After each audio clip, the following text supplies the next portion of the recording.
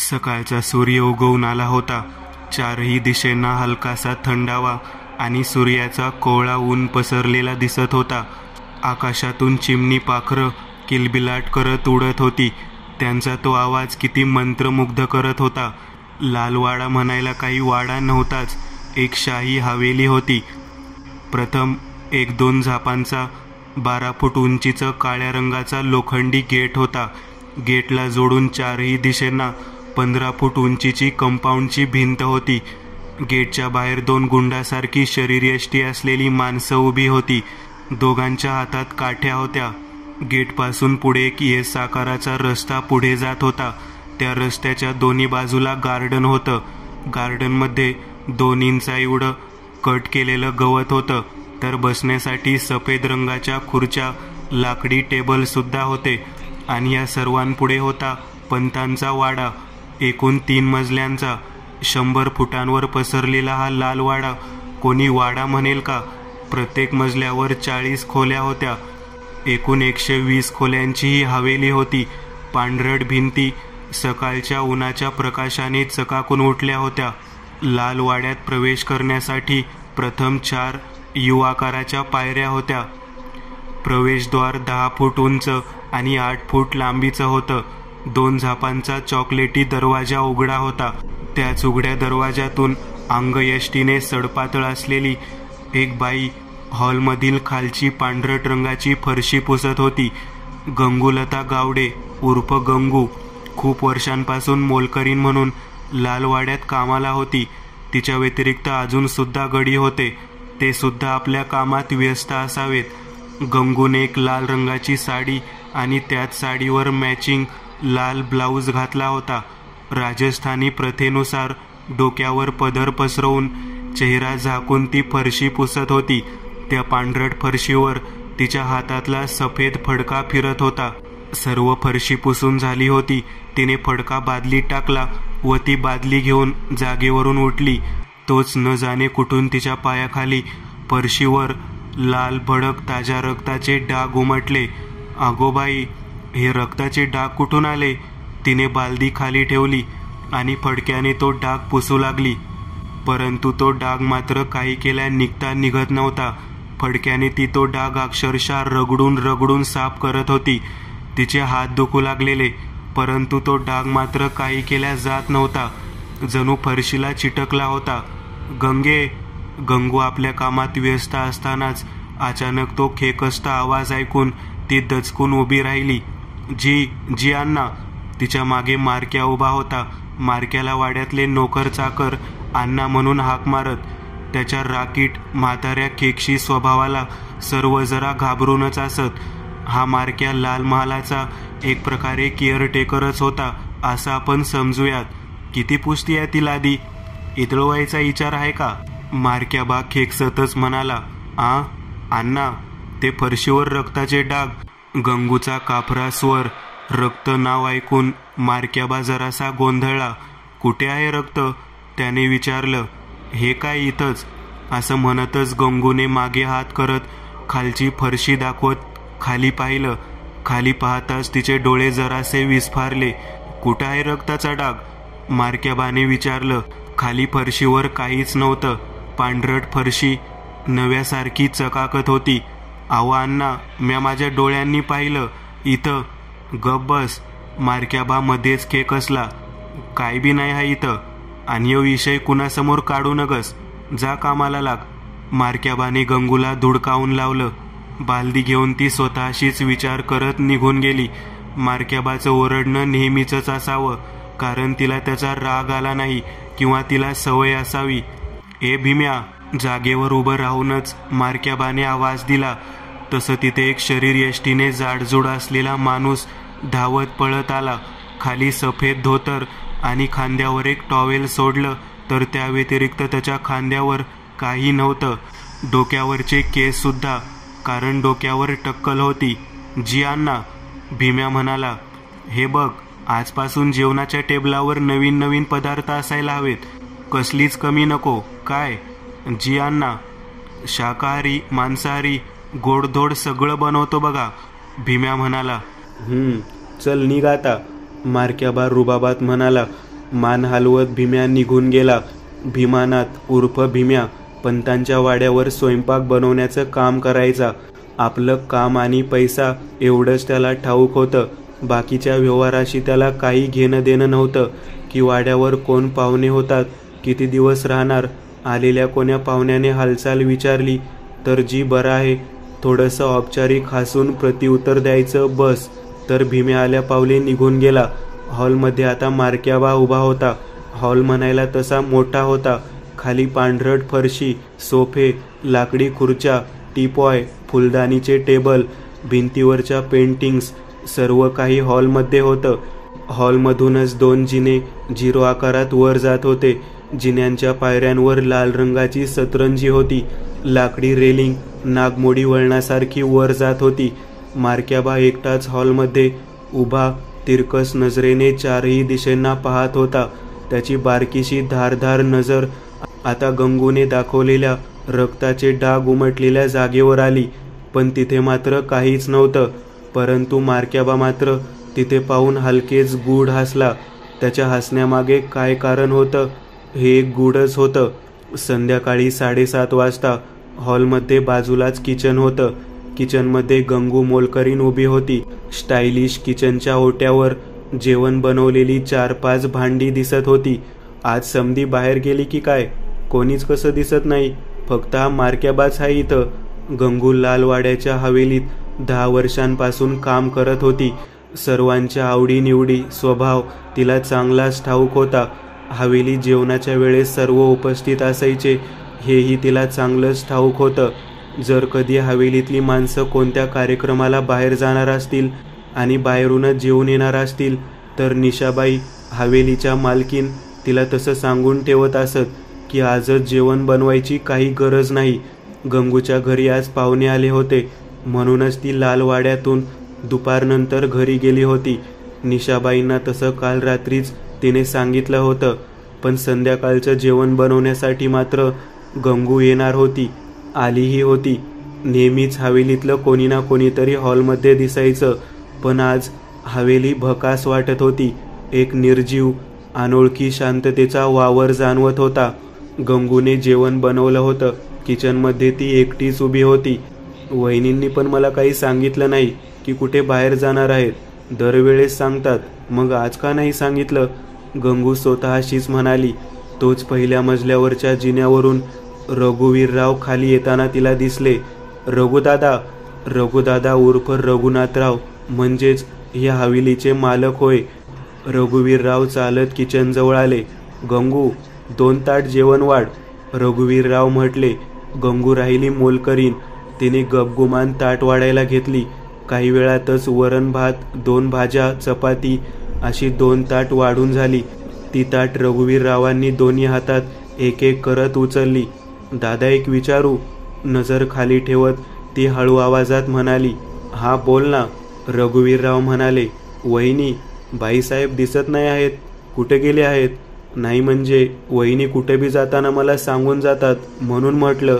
आहे, इथेच आहे. निशा माझ्या खोलीत आहे. औपचारिक उत्तर देत रघुवीरराव निघून सुद्धा गेले. गंगू त्यांना पुन्हा थांबवून प्रश्न विचारू शकत नव्हती.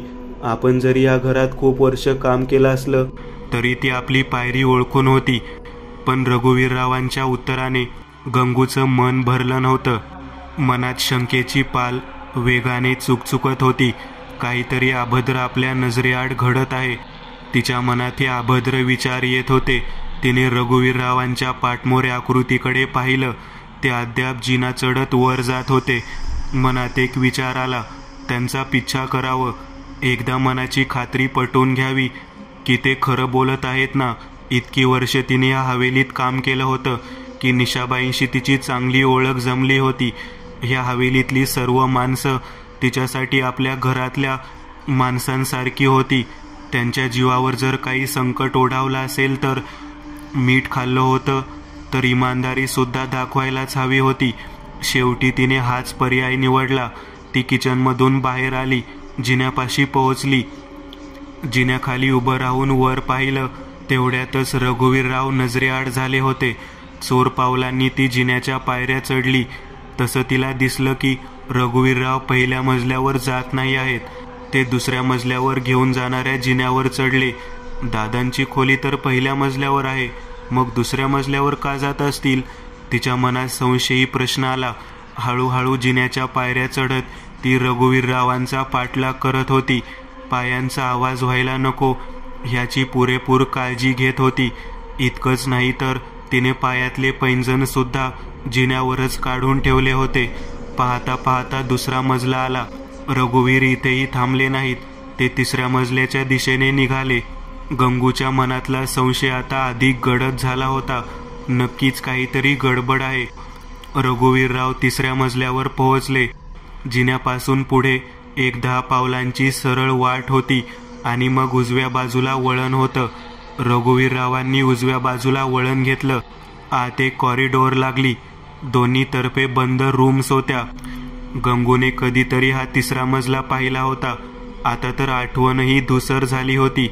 गंगू त्या वळणाच्या भिंतीआड लपून रघुवीररावांना त्या कॉरिडॉरमधून सरळ जाताना पाहत होती. रघुवीरराव कॉरिडॉरच्या शेवटच्या रूमजवळ पोहोचले. गावातले लोक म्हणायचे, लाल महालातली ही खोली झपाटलेली आहे. दरवाजाच्या कडीवर हात ठेवून गंगू जिथे लपली होती त्यांनी त्या वळणाकडे पाहिलं. गंगूने सावधानता बाळगत लागलीच मान मागे घेतली होती. रघुवीरराव कुत्सित हसले. डोळे वटारून त्या वाटेकडे पाहिलं. मान स्वतःशीच होकारार्थी हलवली. त्या रघुवीररावांना गंगू आपला पाठलाग करतीये हे ठाऊक होतं. कुई कुई आवाज करत रघुवीररावांनी कडी खोलली. तिसऱ्या मजल्यावरच्या शांत वातावरणात तो आवाज छातीत धस होत घुमला. मग दरवाजा लोटल्याचा आवाज आला. गंगू दबक्या पावलांनी त्या खोलीजवळ आली. समोरचा दरवाजा आतून लावला नव्हता. लावायचे विसरले होते की मुद्दामून लावला नव्हता. समोरचा दरवाजा जरासा उघडा होता. त्याच्या पटीतून आतली खोली दिसत होती. खोलीत पेंटिंग समोर रघुवीरराव पाठमोरे उभे होते. ए रग्या, ती बाई तुझा पाठलाग करते. रघुवीररावांच्या कानांवर घोगरा आवाज पडला. तिरकस नजरेने त्यांनी दरवाजाकडे पाहिलं. दरवाजाच्या फटीतून गंगूचा एक डोळा त्यांना दिसला. माहितीये, येऊ दे तिला, तिचा काळ आलाय. ते हळूच पुटपुटले. मग मारू का मीच तिला? रघुवीररावांच्या मागे एक भूत हैवानी आत्मा उभी होती. नाही, इथे नको, आत येऊ देत, मीच मड पाडतो मग तिचं. खोलीत एक पेंटिंग होती. पेंटिंगच्या बाजूलाच एक दोरी होती. रघुवीररावांनी दोन्ही ताट बाजूच्या टेबलावर ठेवली आणि ती दोरी दोन्ही हातात पकडून जोर लावत खेचली. तसं वरची पेंटिंग रघुवीररावांच्या दिशेने हलकीशी झुकली. रघुवीररावांनी पेंटिंग भिंतीमधून काढली, खाली ठेवली. पुन्हा जोर लावून दोरी ओढली. क्षणात ते बाजू झाले. पेंटिंगच्या जागेतून हलकेच गुप्तमार्गी शिड्यांचा जिना खडखड आवाज करत बाहेर आला. गंगू आश्चर्यकारक नजरेने ते पाहत होती. तिच्या सामान्य बुद्धीसाठी हा एक चमत्कारच होता. रघुवीरराव शिड्यांवर चढले व आत निघून गेले. गंगू दरवाजा बाहेरच उभी होती. आत जावं की नाही हा विचार ती करत असावी. हळूच तिने 2 झापांचा दरवाजा उघडला. खोलीत प्रवेश केला. दरवाजाच्या दोन्ही झापामागे काळसर अंधार दिसत होता. दरवाजा मागं सोडत 2 पावलं चालत ती पुढे आली. आता तिच्या दारामागे असलेल्या उघड्या झापा रिकाम्या नव्हत्या, कारण दरवाजाच्या एका झापेजवळ एक म्हाताऱ्या माणसाचं प्रेत उभं होतं. त्या म्हाताऱ्या प्रेताच्या चेहऱ्यावर लालसर रंगाचा रक्ताळलेला प्रकाश पडला होता. दात विचकत हसत ते ध्यान एकटक गंगूच्या पाठमोऱ्या आकृतीला पुढे पुढे जाताना पाहत होतं. मध्येच डोकं हो हो करत हलवत होतं. गंगूला त्याचं अस्तित्व जाणवत नव्हतं. ती आजान होती. पुढच्या मृत्यूपासूनही ती आजान होती. तिला हे ठाऊकही नव्हतं की आपलं आयुष्य आता क्षणभरापुरतंच आहे. गंगू त्या शिड्यांवर चढली, आत आली. समोर डोळे दिपवणारा अंधार होता. वाट अनोळखी होती. अंधार कोठडीसारखी होती. दोन्ही हातांनी ती भिंत चाचपडत पुढे पुढे जात होती. ती एक गल्ली होती. दोन्ही साईडला भिंत होती आणि त्या भिंतीतून ही वाट पुढे गेली होती. एका वेळेस एकच माणूस चालत जाईल एवढीशी वाट 10 पावलं अंधारात चालत ती पुढे आली. आता समोर उजव्या बाजूला एक वळण होतं. तिने ते वळण घेतलं. आता समोर एक उघड्या दरवाजाची चौकट दिसत होती. त्या चौकटीतून लाल रंगाने उजळलेली खोली दिसत होती. गंगू चोर पावलांनी चालत त्या खोलीतल्या दाराच्या चौकटीत आली. तसं तिला समोर एक जळणारं हवनकुंड दिसलं, पण त्यातली आग मात्र सामान्य नव्हती. लालसर रंगाची रक्ताळलेली आग होती ती. हवनकुंडाच्या चारही दिशेंना बुक्का वाहिलेलं लिंबू, बिबवे, हाड, बकऱ्याची कवटी, काय काय चेटूक सामग्री मांडली होती. भिंतीवर सैतानाच्या चित्रविचित्र हिडी साभद्र आकृत्या रेखाटल्या होत्या. त्या सर्वांकडे पाहता जणू जिवंत असल्याचा भास होत होता. खेडेगावात राहणारी गंगू, तिला हे चेटूक विधी कळणार नाही होय. तिला लागलीच कळून चुकलं होतं. ही जागा धोक्याची आहे. इथे करणी केली जात आहे. वामपंथी अनुयायांच्या विधीचा हा एक मैदान आहे. ही जागा त्यांची आहे, जिथे सामान्य मानवाला थारा नाही. त्या पेटत्या हवनकुंडाच्या डाव्या बाजूला अजून एक बंद दरवाजा होता. त्या बंद दरवाजाला पाहून तिची उत्सुकता चाळवली गेली. नक्कीच ह्या दरवाजामागे कोणीतरी असावं. ती त्या दरवाजापाशी आली. तिने अलगद दरवाजा उघडला. निशावहिनी. समोर त्या 10x10च्या खोलीत निशाबाईंच्या तोंडात बोळा कोंबून त्यांचे हातपाय बांधून ठेवले होते. खोलीच्या चारही भिंती काळ्या पडल्या होत्या, जणू कोळशाने रेघोट्या मारल्या असाव्यात. खोलीतून घाणेरडा, कुचकट, मूत्र विष्ठेचा ओकारीयुक्त वास येत होता.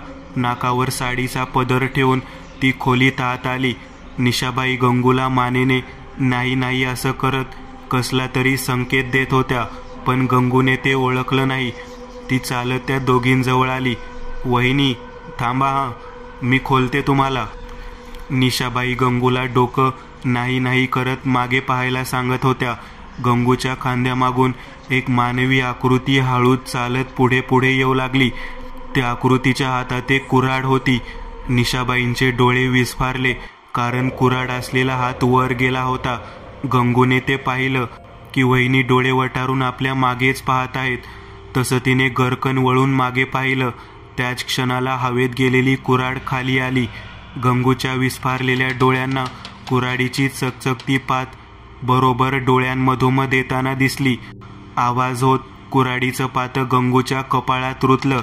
पातळसर चामडी फाडत कुऱ्हाडीची धारधार पातं कपाळातल्या हाडामध्ये घुसली आणि लाल रक्ताला मार्ग मिळाला. घळाघळा ताजं गरम रक्त गंगूच्या कपाळातून फवारा उडवत बाहेर पडलं. काम तमाम झालं होतं. रक्ताची एक पिचकारी निघाली. निशाबाईंच्या विस्फारलेल्या डोळ्यांच्या थोबाडावर बसली. गंगूचं प्रेत पाठीवर पडलं होतं. निर्जीव डोकं सरळ निशाबाईंच्या पायांजवळ पडलं होतं. ते निर्जीव विस्फारलेले डोळे त्यांच्याकडेच पाहत होते. कपाळावर कुऱ्हाडीची पात जशीच्या तशी रुतली होती. त्यातून बुडबुड करत रक्ताचा झिलवा वाहत हवेत उडत होता. बाहेर येणारं रक्त निशाबाईंच्या पायाखाली निघून गेलं होतं. निशाबाईंच्या घशात श्वास अडकला होता. डोळे चेंडू एवढे मोठे झाले होते. आताच त्यांनी खून पाहिला होता. स्वतःच्या उघड्या डोळ्यांनी प्रथमच खऱ्या आयुष्यात एक खून पाहिला होता. मयीत मुडदा पडताना पाहिला होता. दोघी मायलेकींची वाचाच बसली होती. तोंडातून एक शब्द बाहेर पडत नव्हता. अचानक एक कोल्हापुरी चपलेचा पाय आला. गंगूच्या नाकावर बसला आणि कपाळावरची कुऱ्हाड खच आवाज करत मागे खेचली गेली. गंगूच्या कपाळातून फवाऱ्यासारखं लालसर रक्त निशाबाईंच्या अंगावर उडालं. लालसर रक्ताचा अभिषेक झाला. बेंबीच्या देठापासून निशाबाईंच्या आर्तकिंकाळ्या बाहेर पडू लागल्या. त्या लालसर रक्ताळलेल्या हवनकुंडासमोर रघुवीरराव निशाबाईंच्या किंकाळ्यांवर आघोरी नृत्य करत थिरकत नाचू लागले व त्यांनी तीच कुऱ्हाड निशाबाईंच्या डोक्यात मारली. डोक्याची कवटी फट आवाज करत फुटली. कुऱ्हाडीची पात केसांच्यात अटकली जात फुटलेल्या कवटीतून लाल रक्त बाहेर पडू लागलं. निशाबाईंचे डोळे निर्जीव झाले होते. नाक, कान, डोळ्यांतून लाल रंगाचं रक्त बाहेर येत होतं. त्या सुद्धा मरण पावल्या होत्या. आता नवीन लग्न करणार, सैतानाला दुसरा बळी चढवणार. रघुवीरराव येड्या गबाळ्यागत हसू लागले. दुसरी कथा. अचानक रात्री पोलीस स्टेशनमध्ये फोन वाजला. अर्धवट झोपलेल्या एका हवालदाराने फोन उचलला. पलीकडून एक माणूस घाबरलेल्या स्वरात बोलत होता, साहेब, गाडीत एक मृतदेह पडला आहे, कृपया लवकर या. त्या हवालदाराने लगेच पत्ता लिहून घेतला आणि वायरलेसवर गस्त घालणाऱ्या पथकाला संदेश पाठवला. रात्रीच्या शांततेचा भंग करणाऱ्या मोठ्या सायरनच्या आवाजाने पोलिसांचे वाहन त्या गाडीजवळ थांबले. चौकशी केल्यावर कुठेही जखमेच्या खुणा आढळल्या नाहीत. फक्त एका बोटावर कापल्याची खूण होती. बाहेर आलेले रक्त सुकले होते. मृतदेह शवविच्छेदनासाठी पाठवण्यात आला. 2 दिवसांनी जेव्हा पोस्टमॉर्टम रिपोर्ट आला तेव्हा सर्वांनाच धक्का बसला. त्या माणसाच्या शरीरात रक्ताचा एक थेंबही नव्हता. संपूर्ण शरीर पिवळे झाले होते. पण रक्त कसे सुकले? डॉक्टरांच्या बोलण्यावर इन्स्पेक्टरचा विश्वासच बसत नव्हता आणि तो म्हणाला, या बोटावरच्या जखमेतून कोणीतरी सर्व रक्त शोषून घेतले आहे. हेच त्याच्या मृत्यूचे कारण आहे. तपास केल्यावर असे आढळून आले की तो मृतदेह 35 वर्षीय योगेश आहे. घरी त्याची पत्नी आणि 7 वर्षांची मुलगी होती. मृतदेह कुटुंबियांना सोपवल्यानंतर पोलिसांनी खुन्याचा शोध घेण्यास सुरुवात केली आणि हत्येमागील कारण शोधण्यासाठी त्याची चौकशी करण्यास सुरुवात केली. परंतु 3 महिने कठोर परिश्रम करूनही काहीही कळू शकले नाही. एका रात्री योगेशची पत्नी तिच्या मुलीसोबत झोपली होती तेव्हा तिची मुलगी उठली आणि पापा पापा असे ओरडू लागली. त्याच्या आईने कसा तरी त्याला शांत ठेवण्यात यश मिळवले. योगेशच्या बायकोला भीती वाटू लागली. तिने तिच्या मुलीला शांत केले आणि झोपवले, पण तिला स्वतःला झोप येत नव्हती. दुसरा दिवसही त्याच भीतीत गेला. रात्री आई आणि मुलगी दोघेही झोपी गेले. सकाळी आईने तिच्या मुलीला पाहिले तेव्हा तिच्या बोटावरील रक्ताचा एक थेंब सुकला होता. जवळच एक सेफ्टी पिन पडलेली होती. मुलीचे संपूर्ण शरीर पिवळे झाले होते. त्याला तातडीने रुग्णालयात नेण्यात आले, जिथे डॉक्टरांनी उत्तर दिले. योगेशच्या पत्नीने पोलिसांना सर्व काही सांगितले. मृतदेह पोस्टमॉर्टमसाठी पाठवण्यात आला. 2 दिवसांनी अहवालात तेच रक्त नसल्याचे उघड झाले. या घटनेला 15 दिवस उलटून गेले होते. घरात जमलेले सर्व नातेवाईकही हळूहळू परत गेले होते. रात्री योगेशची बायको झोपली होती. मग त्याला योगेश आणि त्याची मुलगी दिसली. दोघेही त्याला कट करायला सांगत होते. त्याच्या शब्दाचे ही बातमी संपूर्ण शहरात वाऱ्यासारखी पसरली. अनेक तांत्रिकांनी वृत्तवाहिन्यावर वादविवाद सुरू केला. त्यांच्या मते हे राक्षसाचे काम होते. त्याला स्वतःमध्ये सर्वांना सामावून घ्यायचे होते. पुढील 4 महिन्यात शहरातील वेगवेगळ्या ठिकाणी अशाच घटना घडल्याची नोंद झाली. जिथे आधी घरातील एक व्यक्ती मृत आढळायची, नंतर व्हॅम्पायर बनण्यासाठी तो घरातील इतर सदस्यांना त्यांचे बोटे कापून त्यांचे रक्त प्यायला लावायचा. या बातमीचा परिणाम असा झाला की अंधार पडताच संपूर्ण शहरात शांतता पसरली.